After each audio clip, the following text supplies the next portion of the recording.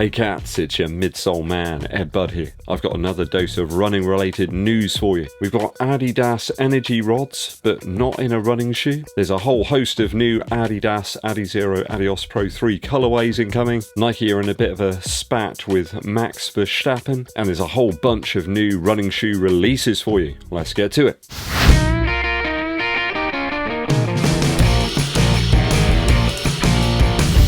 Thanks for tuning in, people. EDDBUD here. If you haven't done so already, do hit that subscribe button and give this video a thumbs up like. It really does help us out. You know it makes sense. Straight into the running news for you today. Story number 1. Now, did you think that the ADIDAS energy rods were exclusively for running shoes? You were wrong. I always thought that those more flexible and weight-relieved replacements for plates were perhaps just going to feature in running shoes, but that isn't the case. It turns out energy rods are also being used in some Adidas tennis shoes too. The Adidas Cybersonic is a high-end tennis shoe with some specific support and reinforcement elements.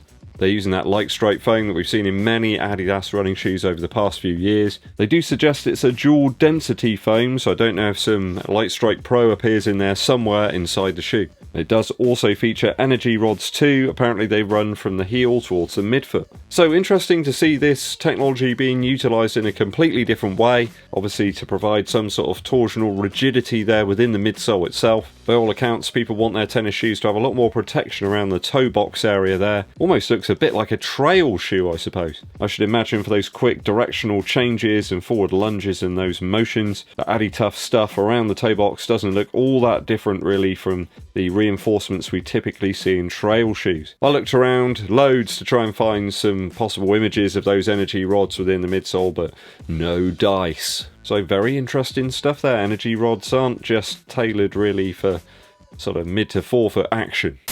Story 2. More on the 3-stripe brand here. Very exciting. A whole bunch of different ADIZERO ADIOS Pro 3 colorways incoming. There's a Pulse Mint, Zero Metallic and Royal Blue. The awesome ADIOS Pro original colorway of Signal Pink, Cloud White and Signal Cyan. There's the Off-White Belter, the Better Scarlet and Shadow Navy version with the special "To Run is to Live" motif.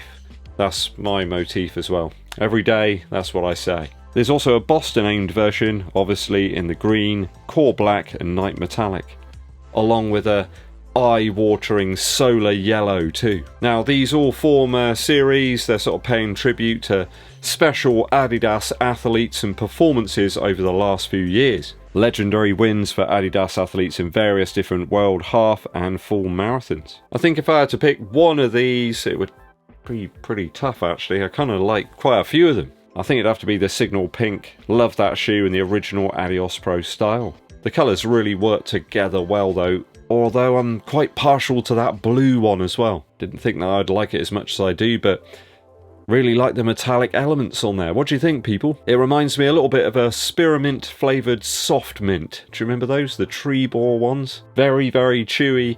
Probably a bad idea to eat them now. The teeth aren't quite as robust as they were. The profile of the shoe seems to work exceptionally well across all the different flavours, and there's just one for every occasion now. Also cool to see Adidas honouring those special athletes as well. Some really memorable events, locations and times there, all imprinted onto the insole. I remember Kipwat Candy's insane 57:32 half marathon in Valencia, blisteringly fast in the ADIOS Pro 1 solar yellow, although bizarrely missing a classic Adidas white on black version. I think that would be my ultimate choice really, like a Adidas World Cup or Copa Mundial style version. Adidas, make it happen. Let me know your favourite version of the ADIOS Pro 3 colourways down in the comments.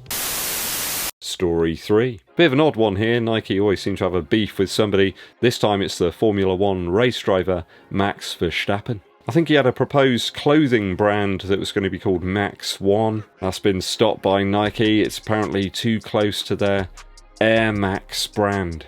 They thought that people might get a little bit confused, thinking the two brands are one and the same. I looked around, I couldn't find any examples of the Max 1 clothing to actually see if this was the case myself. Nike are pretty iconic by now. I think most people are able to differentiate between their brands and their shoes and clothing and others. Although in fairness, some of the Nike collaborations, you know, they remove quite a lot of the swooshes these days, turn them round, make them very small, so they're kind of doing it themselves really. The Board of Intellectual Properties held up their Nike claim, stating that they felt Air Max and Max 1 were just too similar. What do you think, people? Was it all just a storm in a teacup? Story 4. Salomon are launching a brand new version of their Index shoe. Do you remember that one? It was the fully recyclable one. The Index 01 was the first iteration. Now we've got one that's made again to be easily disassembled and then recycled. The Index 02. They've got a new midsole foam here, guys. It's called InfiniRide. Apparently it's a TPU based material, though the website does state very specifically that this shoe is for sort of shorter, less frequent runs. Maybe like once a week or something. It's kind of weird. I'm not sure that I've ever had a shoe that I just thought I could only use once a week. Though apparently the foam is fully recyclable from the get-go. Standard laces and mesh upper make this one a more conventional looking shoe perhaps than the first iteration and design. Even the sock liner of the shoe itself is made from recycled EVA. So it's about as environmentally friendly a shoe as you're ever going to get. Apart from literally making a shoe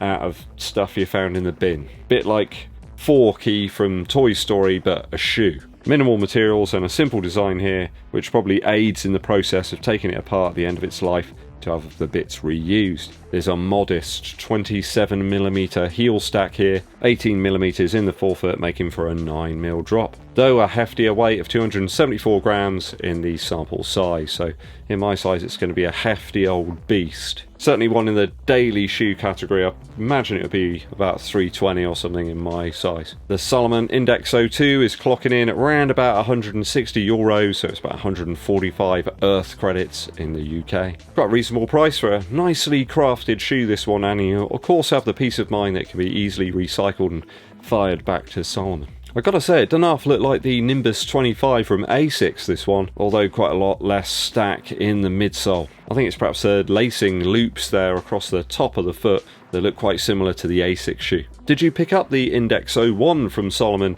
Have you been running in it? Let me know how it feels in the comments. Okay, moving on to the last segment of today's running news, we have the newly released shoes, or the ones that are going to be popping up very soon in your internet feed. Nike quietly dropped the TERRA KIGER 9, now without Zoom Air anywhere in the shoe. This lower stack trail beast comes in at £135 here in the UK. It's around the same weight as the last one and has a reworked upper.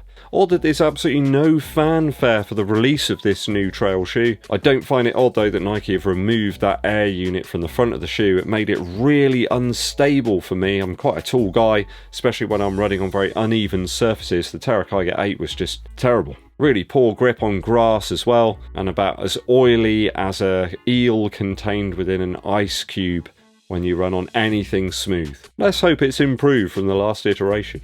ASICS are set to launch the gel CUMULUS 25 soon. This one's appeared up on their website. Again, a departure from last year's edition. Lots more cushion and a foam update there. They're using the Flight Foam Blast Plus formula, and they've got rid of the visible gel in the heel of the shoe this time. They're using that pure gel, which I assume means they've got some sort of gel section within the midsole foam in the heel. Perhaps a good alternative to the slightly more weighty Nimbus 25. If that's just got too much stack for you, this one's going to be a little bit lighter. I think this one will be launching in April. It's going to be around about £145 here in the UK. So it's not going to leave your wallet quite as light as the Nimbus 25. Last shoe up is the FUELCELL PROPEL V4 from New Balance. Looks like a tempo trainer, this one, perhaps in the mould of the original Nike Zoom Fly. It does feature a TPU plate sandwiched within that FUELCELL soft midsole. There's a hefty old slab of rubber on the bottom of this one, which does look like it's meant to be a trainer. 120 Earth credits is a reasonable price actually these days. I can see a few chances picking this one up and seeing if they can utilise it for some faster and longer tempo efforts. Though at 302 grams or 10.7 ounces for the sample size, it's going to be a hefty beast once again in my UK 11 or US 12. So, That's your lot, stranger. Let me know your thoughts on these new releases and the stories in today's video down in the comments. What you buying? I've been really enjoying playing Resident Evil 4 Remake. It's fantastic, have to say. Took me a little while to get used to the controls. Quite a different feel, I suppose, not quite as tanky as last time. I say last time, it was like many years ago when this one came out. I remember the day it released. That's how old I am. Okay, it's musical interlude time. Today coming from the legendary Stephen Malkmus. A wonderful song called What Kind of Person from his album Traditional Techniques. This one released back in 2020. A little bit overlooked, I suppose, due to the pandemic. You got some beautiful pan pipes in there and 6 and 12 string guitars. Really chimey kind of chords. The lyrics describing a person that makes you feel beautiful forever and who steals in reverse. I love that lyric, that's fantastic. No other artist sounds like this guy. He's got a very unique voice, very unique guitar playing style too. The Traditional Techniques album itself is hugely overlooked. I do recommend you go and check it out. Just all a bit passed by really in 2020. There were some really good albums out around that sort of March, April time. They sort of drifted into the abyss. Loads of lovely discs to check out from that period. Stephen Malkmus with Traditional Techniques. Thanks for tuning in, people. It's always appreciated. Hit us up with a super thanks. It really does help the channel out on a more ad hoc basis. Hit that subscribe button, click the bell below for notifications. Also give this video a thumbs up, like and share it with your running buddies. My name's EDDBUD and I'll be seeing you.